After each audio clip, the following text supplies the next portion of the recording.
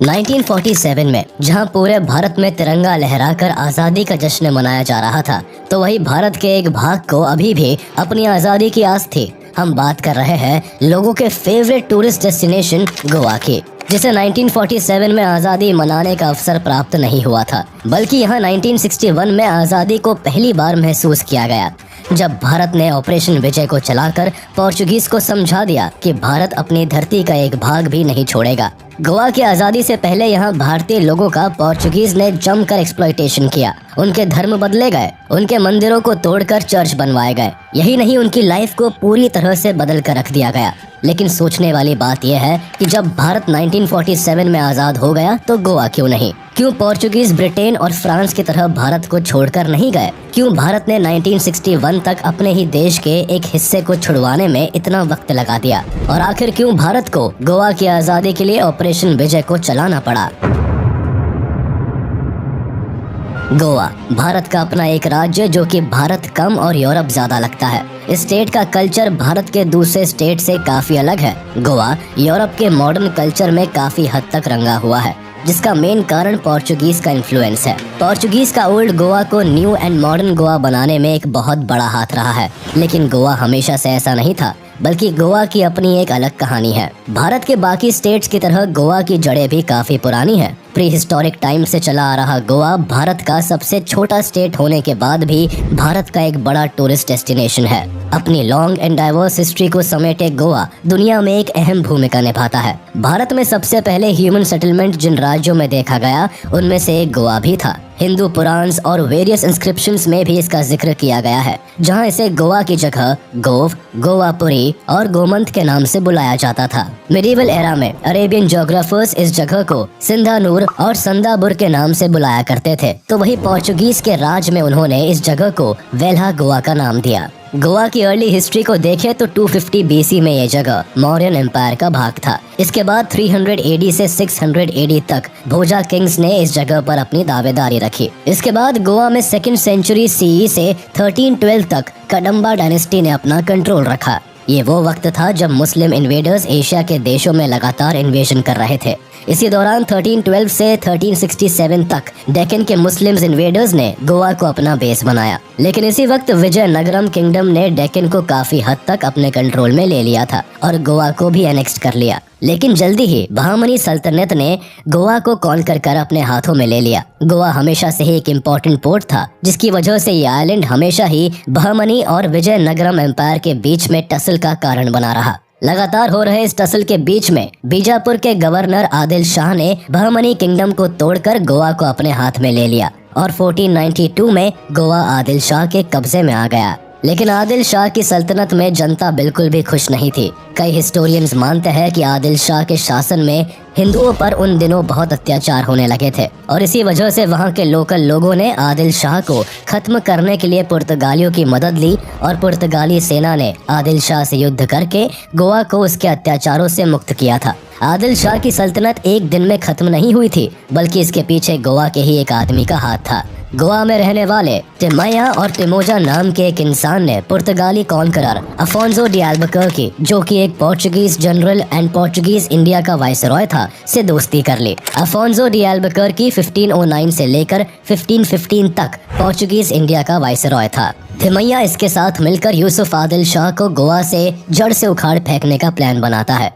हालांकि इनका ये प्लान पहली बार में सक्सेसफुल नहीं हुआ, लेकिन दूसरी बार अफोंसो डी अल्बुकर्की ने यूसुफ आदिल शाह को अपनी पूरी कोशिशों के साथ हरा दिया। लेकिन यहाँ गोवा की जनता को झटका तब लगा जब अफोंसो ने यूसुफ आदिल शाह को हराने के बाद भी गोवा से विदा नहीं ली और यहाँ रहकर गोवा में अपना शासन शुरू किया। तिमोजा को लगता था कि अफोंसो आदिल शाह को हराकर यहाँ अपना ट्रेड करेगा और गोवा के लोग अपनी जगह को अपने हिसाब से चलाएंगे। लेकिन अल्फोंसो ने गोवा पर अपनी पकड़ मजबूत कर ली और धीरे धीरे पोर्चुगल से कई लोग यहाँ आकर बसने लगे। अब गोवा पुर्तगालियों के इन्फ्लुएंस में आ गया। लेकिन आदिल शाह ने हिम्मत नहीं हारी और दोबारा से 3 महीने बाद अल्फोंसो से गोवा को छीनने की कोशिश की। हालांकि इस बार भी वो सफल नहीं हो पाया और इसी साल उसकी मौत हो गई। आदिल शाह ने लंबे समय तक गोवा पर राज किया, लेकिन उसकी डेथ के बाद उसकी वाइफ भी इस सल्तनत को प्रोटेक्ट नहीं कर पाई और 1510 में गोवा पोर्चुगीज के हाथों में चला गया।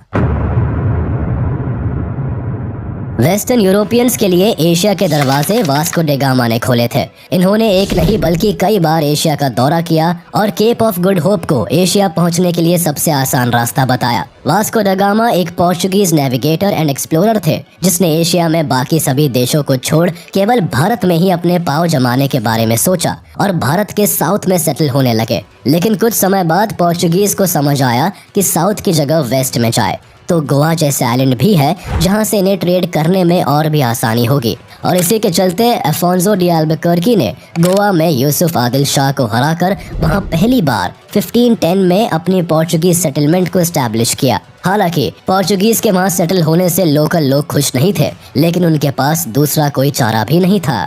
पोर्चुगीज का गोवा को ही अपना सेटलमेंट बनाने के भी कई कारण थे।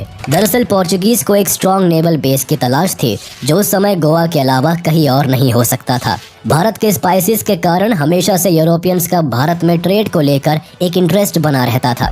पोर्चुगीज ने जहां पर भी अपना सेटलमेंट बनाया वहां पर पॉलिटिकल कंट्रोल बनाए रखने के लिए रिलीजियस पॉलिसीज को यूज किया।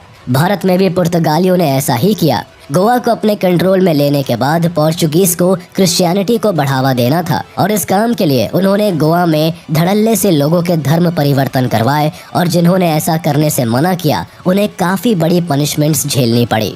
इन सब के अलावा गोवा की स्ट्रैटेजिक लोकेशन को देखते हुए पोर्चुगीज समझ गए थे कि यहाँ से वो अपने ट्रेड रूट को आसानी से प्रोटेक्ट कर सकते हैं। इन सब के अलावा पोर्चुगीज का गोवा में इंटरेस्ट यहाँ की सेलिंग कंडीशंस और एक्सीलेंट हार्बर फैसिलिटीज को देखते हुए भी बिल्डअप हुआ था।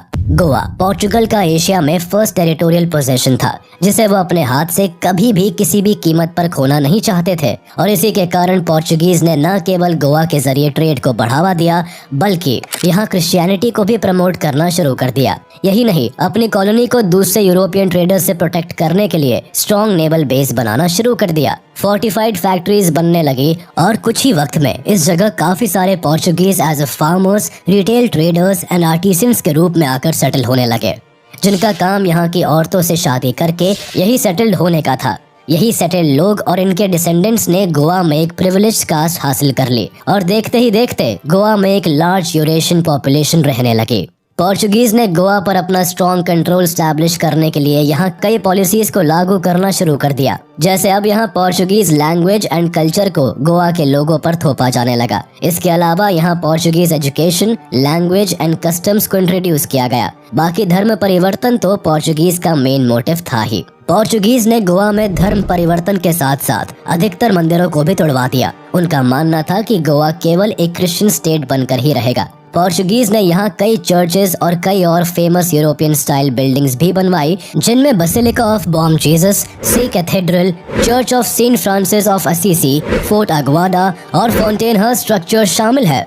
शुरुआत में गोवा में सभी धर्मों को इक्वल ट्रीटमेंट मिलता था, लेकिन वक्त के साथ साथ यहाँ रिलीजियस इंटॉलरेंस बढ़ने लगा। हिंदूज के टेम्पल से लेकर मैरिजेस और क्रेमेशंस तक पर बैन लगा दिए गए थे। गोवा में अब इंडियन से ज्यादा वेस्टर्न इन्फ्लुएंस देखा जाने लगा, जिस कारण पोर्चुगीज कहने लगे कि अगर आपने गोवा को देखा है तो आपको लिस्बन देखने की कोई जरूरत नहीं। गोवा की सेनेट और म्यूनिसिपल चैम्बर का भी पोर्चुगल के किंग के साथ डायरेक्ट कम्युनिकेशन रहता था। इवन 1563 में गोवा के गवर्नर ने इसे पोर्चुगल की एक ऑफिशियल पार्लियामेंट सीट के तौर पर फिक्स करने का प्रपोजल भी रखा था। वहीं इससे पहले 1542 में सेंट फ्रांसिस जेवियर ने गोवा के आर्किटेक्चरल की तारीफ करते हुए इस जगह को लिस्बन से कंपेयर किया था। गोवा में अब दुनिया की वो बड़ी और कीमती चीजें मौजूद थी जो पूरे भारत में देखने को नहीं मिलती थी। गोवा के बाजारों और सड़कों पर बहरीन के pearls and coral, Chinese porcelain and silk, Portuguese velvet and finish textiles और काफी असरदार मेडिसिन जैसी चीजें तक बेची जाती थी।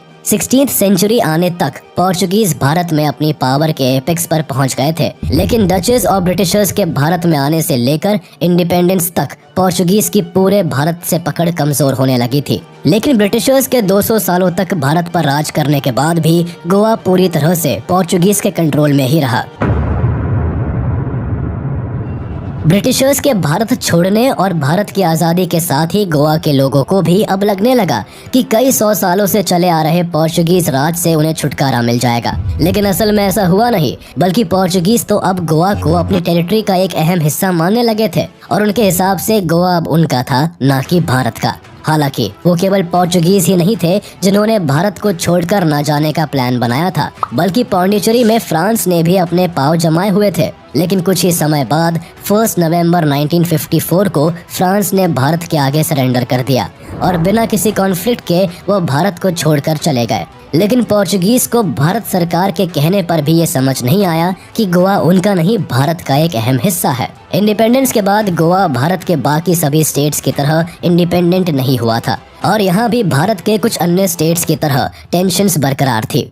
जूनागढ़, हैदराबाद, पौंडीचेरी, कश्मीर, गोवा जैसे कुछ क्षेत्र ऐसे थे जहां भारत लगातार अपना हक बनाने के लिए हर मुमकिन कोशिश कर रहा था। कश्मीर, जूनागढ़ और हैदराबाद पर पाकिस्तान की लगातार नजर बनी हुई थी। लेकिन यहाँ सोचने वाली बात यह है कि जब लक्षद्वीप जैसे बैरन आइलैंड तक को पाकिस्तान ने हथियाने की कोशिश की तो गोवा को क्यों नहीं? अब इस बात का साफ आंसर कल्चर डिफरेंस और पॉपुलेशन था। यानी पार्टीशन के बाद पहले ही रेड क्लिफ लाइन के थ्रू भारत और पाकिस्तान बट चुका था। दोनों देशों को उनकी सीमाओं का अंदाजा था और इसके हिसाब से गोवा भारत का एक हिस्सा था। दूसरा, पाकिस्तान आज़ादी के बाद भारत के केवल उन हिस्सों पर दावा कर रहा था जो या तो खुद भारत में शामिल नहीं होना चाहते थे या वहाँ की पॉपुलेशन मुस्लिम मेजॉरिटी थी। लेकिन गोवा में उस समय क्रिश्चियनिटी का इन्फ्लुएंस ज्यादा था, जिस कारण उनका गोवा पर फोकस कभी गया ही नहीं। गोवा को लेकर पाकिस्तान का दावा न करने का एक कारण ये भी था कि गोवा में भारत की आज़ादी के बाद भी पोर्चुगल्स का राज था और उस समय पाकिस्तान के पास इतनी ताकत नहीं थी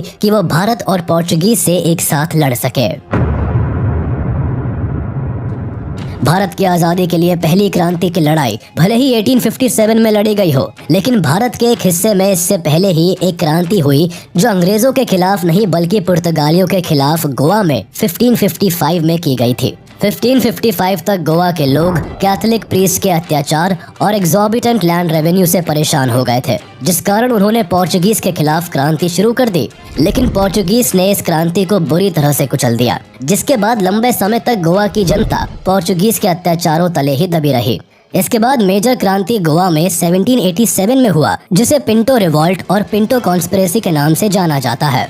इस रिवॉल्ट का मुख्य कारण पुर्तगालियों द्वारा चर्च के ऊंचे पदों पर लोकल गोवन कैथोलिक प्रीस्ट के बजाय यूरोपियन क्लर्जी को इम्पोर्टेंट दिया जाना था, जिसके कारण लोकल गोवन कैथोलिक पादरी ने पोर्चुगीज के खिलाफ विद्रोह कर दिया। हालांकि इस क्रांति को भी पोर्चुगीज ने दबा दिया और इस कॉन्स्पिरेसी में इन्वॉल्व सभी लोगों को मौत की सजा दे दी गई।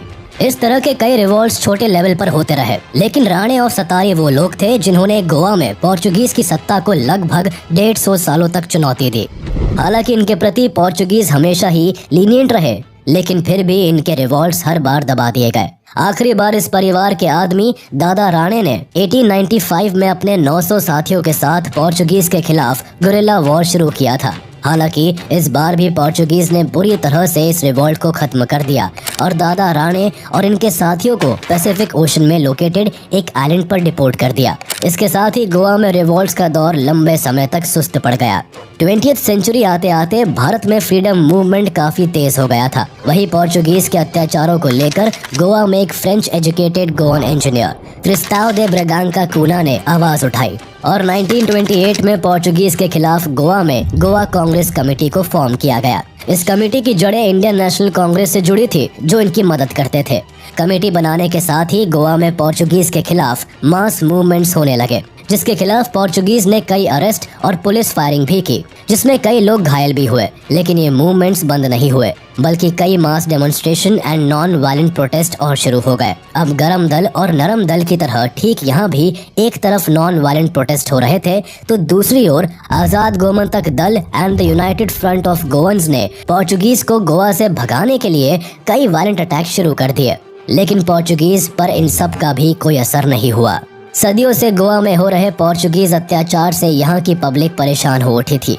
दिन प्रतिदिन गोवा में पुर्तगालियों का अत्याचार बढ़ रहा था, लेकिन गोवा को छोड़कर भारत के ज्यादातर भागों में ब्रिटिश का राज होने के कारण महात्मा गांधी से लेकर इंडियन नेशनल कांग्रेस के बड़े नेता सबके सब ब्रिटिशर्स को देश से भगाने में लगे थे। इसीलिए किसी का ज्यादा ध्यान गोवा की तरफ नहीं जा रहा था। हालांकि वल्लभ भाई पटेल से लेकर महात्मा गांधी तक सभी भारत में पूर्ण स्वराज की मांग तो कर रहे थे, लेकिन इसमें गोवा का हिस्सा नहीं था। लेकिन 1946 एक ऐसा साल बना जब गोवा के भाग्य ने करवट ली और डॉक्टर राम मनोहर लोहिया ने गोवा में भी अपना एजिटेशन शुरू किया। ऐसा नहीं है कि यहाँ पहले से लोग पोर्चुगीज के खिलाफ नहीं थे, बल्कि डॉक्टर लोहिया ने जैसे ही गोवा लिबरेशन बैटल में अपना हाथ आगे बढ़ाया, वैसे ही गोवा के सारे यूथ उनके साथ फ्रीडम के लिए मैदान में उतर पड़े।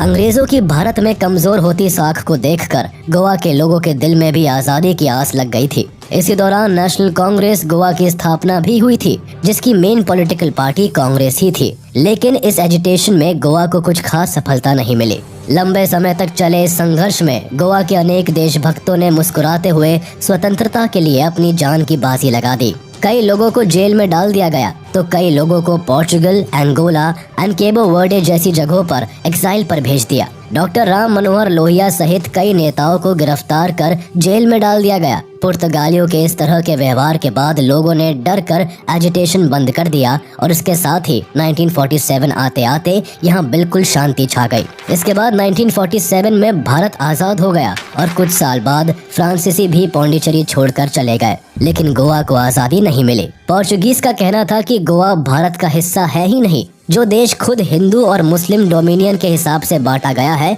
उसमें गोवा जैसे क्रिश्चियन पॉपुलेशन वाले स्टेट कैसे हो सकते हैं। इसके साथ ही उन्होंने गोवा के लोकल लोगों को भड़काने के लिए कई सारे स्पीचेस भी दिए। कम्युनिकेशंस कैंपेन चलाए, जिसमें एक सिनेमा तक बनवाया गया था और लोगों को कन्विंस करने की कोशिश भी की गई थी कि पुर्तगालियों के अंडर रहना ही गोवा के लोगों के लिए अच्छा है। एक हिंदू देश भारत में उन्हें कोई अधिकार और सम्मान नहीं मिलेगा।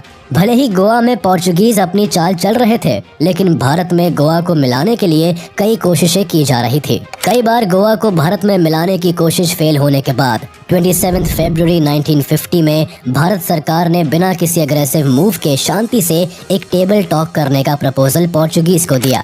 लेकिन पोर्चुगीज ने पंडित नेहरू के साथ किसी भी तरह के नेगोशिएशंस करने से साफ इनकार कर दिया और Portuguese prime minister Antonio de Oliveira Salazar ने भारत को साफ शब्दों में कहा कि गोवा पोर्चुगल की बाकी कॉलोनीज की तरह नहीं है, बल्कि ये पोर्चुगल का एक अहम हिस्सा है। सालाज़ार के इस स्टेटमेंट के बाद भारत ने जून 11, 1953 को लिस्बन से अपना डिप्लोमेटिक मिशन विड्रॉ कर लिया और इसी मुद्दे को लेकर दोनों देशों के बीच बात बिगड़ती चली गई। हर बार पोर्चुगीज एक ही जवाब दिया करते थे कि जब गोवा को पुर्तगालियों ने बसाया था तब रिपब्लिक ऑफ इंडिया नाम का कोई देश था ही नहीं, तो ऐसे में गोवा भारत का हिस्सा नहीं है। पोर्चुगीज के इस तरह के बिहेवियर के कारण अब भारत सरकार को कुछ सख्त कदम उठाने की जरूरत थी और इसीलिए 1954 में भारत सरकार ने गोवा से भारत के अन्य राज्यों के बीच ट्रैवल करने के लिए वीजा रेस्ट्रिक्शंस लगा दिया। इससे पोर्चुगीज को बहुत बड़ा धक्का लगा, क्योंकि अब वो गोवा से भारत के दूसरे स्टेट्स के बीच ट्रैवल नहीं कर सकते थे। इसके बाद अपना अगला कदम उठाते हुए भारत ने गोवा पर कई सारे इकोनॉमिक सैंक्शंस लगा दिए,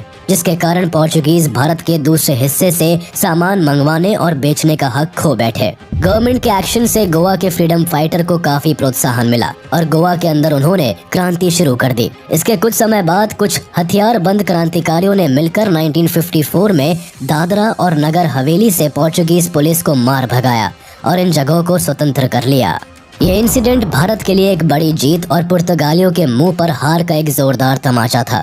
इस जीत से इंस्पायर होकर 1955 में हजारों निहत्थे लोगों की भीड़ ने गोवा में एंटर करने की कोशिश की, जिसे देखकर पुर्तगाली पुलिस ने उन पर फायरिंग शुरू कर दी। ये लोग ज्यादातर विमोचन सहायक समिति और इंडियन कांग्रेस गोवा से थे, लेकिन इनके साथ बहुत ही बुरा सलूक किया गया और गोवा लिबरेशन के इस अटेम्प्ट को ब्रुटैलिटी के साथ खत्म कर दिया गया। इस हत्याकांड से आहत होकर भारत सरकार ने 1955 में गोवा से अपना कौंसिल ऑफिस भी बंद कर दिया। अब तक पंडित नेहरू शांति से गोवा को भारत में मिलाने की कोशिश कर रहे थे। उनका मानना था कि सत्याग्रह से भारत आजाद हुआ है तो गोवा भी हो जाएगा, लेकिन ऐसा कुछ होता हुआ दिखाई नहीं दे रहा था। ऐसे में सवाल उठता है कि प्राइम मिनिस्टर जवाहरलाल नेहरू ने आर्मी को भेजकर हैदराबाद की तरह गोवा का एनेक्सेशन क्यों नहीं करवा दिया। तो इसका एक कारण था अमेरिका एंड नेटो। दरअसल पोर्चुगल नेटो का मेंबर था। ऐसे में अगर भारत पोर्चुगीज के खिलाफ युद्ध करता तो बहुत हद तक ये संभावना थी कि नेटो एंड अमेरिका इस युद्ध में पोर्चुगीज की तरफ से लड़ने आते। इसलिए भारत अब तक चुप था। लेकिन 1955 के मैसेकर ने भारत को एक बहुत ही स्ट्रॉन्ग होल्ड दे दिया था। इस एक इंसिडेंट ने भारत के लोगों के बीच पोर्चुगीज के लिए काफी गुस्सा पैदा कर दिया था। अब पंडित नेहरू को गोवा की फ्रीडम के लिए सख्त कदम उठाने की जरूरत आन पड़ी थी। अब इस मामले ने इंटरनेशनल लेवल पर तूल पकड़ ली थी। पुर्तगाल की लाख कोशिशों के बावजूद विश्व के बड़े बड़े देश भारत के साथ आ खड़े हुए। यूएसएसआर भी इन देशों में से एक था। अमेरिका ने भारत से इस मामले को बिना किसी आर्म्ड कॉन्फ्लिक्ट के पीसफुली रिजॉल्व करने की सलाह दी थी। हालांकि साबरमती नाम की एक पैसेंजर बोट पर बिना किसी बात के जब पोर्चुगीज ने फायरिंग कर कई भारतीय लोगों को मौत के घाट उतार दिया, तो जवाहरलाल नेहरू ने डिसाइड कर लिया कि अब टेबल टॉक का टाइम निकल गया और पोर्चुगीज को उन्हीं की भाषा में समझाना जरूरी है। और इसी के साथ शुरू होता है भारत का ऑपरेशन विजय।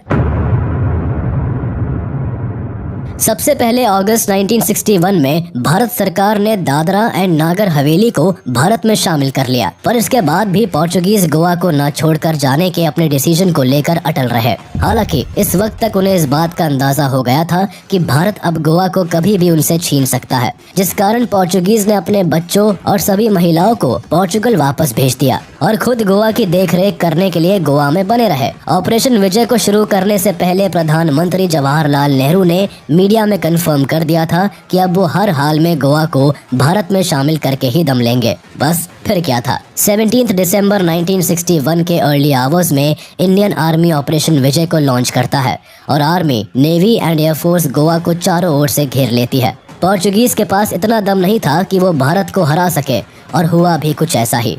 18 दिसंबर की इवनिंग तक इंडियन सोल्जर्स ने मोस्ट ऑफ द गोवा को पोर्चुगीज फोर्सेस से मुक्त करवा लिया था और केवल 36 घंटों में गोवा को भारत में शामिल कर लिया। पोर्चुगल से गोवा में इंडियन फोर्सेस का सामना कर रहे पोर्चुगीज आर्मी को साफ निर्देश दिए गए थे कि गोवा को जीतने के लिए उन्हें अपनी जी जान लगा देनी है, और अगर अब भी वो गोवा को हासिल करने में कामयाब न हो पाए तो स्कॉच्ड अर्थ पॉलिसी को लागू करते हुए उन्हें पूरे गोवा को बर्बाद करके ही बाहर निकलना है। स्कॉच्ड अर्थ पॉलिसी के थ्रू हर उस मुमकिन चीज को तहस नहस कर दिया जाता है जो एनिमी के लिए यूजफुल हो। हालांकि इंडियन आर्मी की स्ट्रेंथ और पावर को देखते हुए Portuguese prime minister and dictator Salazar के आदेश के बावजूद गवर्नर जनरल मैनुअल एंटोनियो वसालो ए सिल्वा ने अपने साथियों की जान के मायने समझते हुए भारतीय सोल्जर्स के आगे सरेंडर करने का डिसीजन ले लिया। मैनुअल एंटोनियो इस बात को अच्छे से जानते थे कि पोर्चुगल से उनकी मदद के लिए कोई रीइंफोर्समेंट नहीं आने वाला है, क्योंकि उन दिनों सुएज कैनाल क्राइसिस चल रहा था और इजिप्ट ने ये कैनाल लगभग सभी वेस्टर्न कंट्रीज के लिए बंद कर रखी थी, इसलिए पोर्चुगीज रीइंफोर्समेंट आने की संभावना भी नहीं थी। फाइनली 30,000 स्ट्रॉन्ग इंडियन ट्रूप्स के सामने मैनुअल एंटोनियो ने अपने सभी पोर्चुगीज आर्म्ड पर्सनल के साथ इंडियन आर्मी के आगे सरेंडर कर दिया, जिसके बाद 19 दिसंबर को एक सेरेमनी के तहत दोनों देशों के बीच इंस्ट्रूमेंट ऑफ सरेंडर साइन किया गया। इस सिग्नेचर के साथ ही पोर्चुगीज का गोवा से 451 सालों का रूल खत्म हो गया। गोवा के भारत में एनेक्स्ट होने के बाद एक तरफ जहां गोवा के लोगों के बीच मिले जुले रिएक्शंस थे, तो वहीं पोर्चुगल भारत से बुरी तरह से चिढ़ गया था, जिसका रिजल्ट ये हुआ कि पोर्चुगीज गवर्नमेंट ने फॉर्मली भारत के साथ सभी डिप्लोमेटिक टाइज को खत्म कर दिया। साथ ही उन्होंने गोवा को भारत का हिस्सा मानने से भी इनकार कर दिया। गोवा को खोने का पोर्चुगल पर इतना गहरा असर पड़ा कि उस साल लिस्बन में क्रिसमस के सेलिब्रेशंस की जगह मातम छाया रहा। वहाँ कोई भी क्रिसमस की चमक धमक नहीं देखी गई। गोवा के भारत में मिलने के बाद कुछ टाइम तक यहाँ मिलिट्री रूल रहा और इसके बाद 1962 में यहाँ इलेक्शंस हुए और दयानंद बालकृष्ण बंडोडकर गोवा के पहले चीफ मिनिस्टर बने। भारत का गोवा जीतने का डिसीजन दुनिया ने अपने हिसाब से जज किया। किसी को ये सही लगा तो किसी को गलत, किसी ने इसे भारत की हिपोक्रेसी बताया तो किसी ने इसे भारत का हक। सोवियत यूनियन के साथ साथ यूगोस्लाविया, अरब स्टेट्स, घाना, इंडोनेशिया और सिलोन, जो आज का श्रीलंका है, ने भारत को गोवा के एनेक्सेशन को सपोर्ट किया। सोवियत प्रेसिडेंट लियोनिड ब्रेजनेव उस समय भारत दौरे पर बॉम्बे में थे। तब उन्होंने कहा था कि यूएसएसआर पूरी तरह से भारत के साथ सिंपैथी रखता है और पोर्चुगीज कोलोनियलिज्म के खिलाफ भारत के गोवा के लिबरेशन को पूरी तरह से सपोर्ट करता है। सोवियत प्रीमियर निकिता क्रुश्चेव ने लेटर लिखकर प्रधानमंत्री नेहरू से कहा था कि भारत से पोर्चुगीज कोलोनियलिज्म को खत्म करने के लिए भारत ने जो भी कदम उठाए हैं वो बिल्कुल लॉफुल एंड जस्टिफाइड है। वही America, United Nation, NATO, United Kingdom, Canada, Australia, New Zealand, France, Netherlands, Spain, West Germany and Pakistan ने भारत के स्टेप को क्रिटिसाइज करते हुए नेगेटिव और गलत का करार दिया। इसी के साथ गोवा आज न केवल 15 अगस्त को आज़ादी का महोत्सव मनाता है, बल्कि 19 दिसंबर को भी गोवा अपने लिबरेशन डे के तौर पर मनाता है। हमारे वीडियो को लाइक करें और ऐसे जानकारीपूर्ण वीडियो देखने के लिए हमारे चैनल को सब्सक्राइब करें।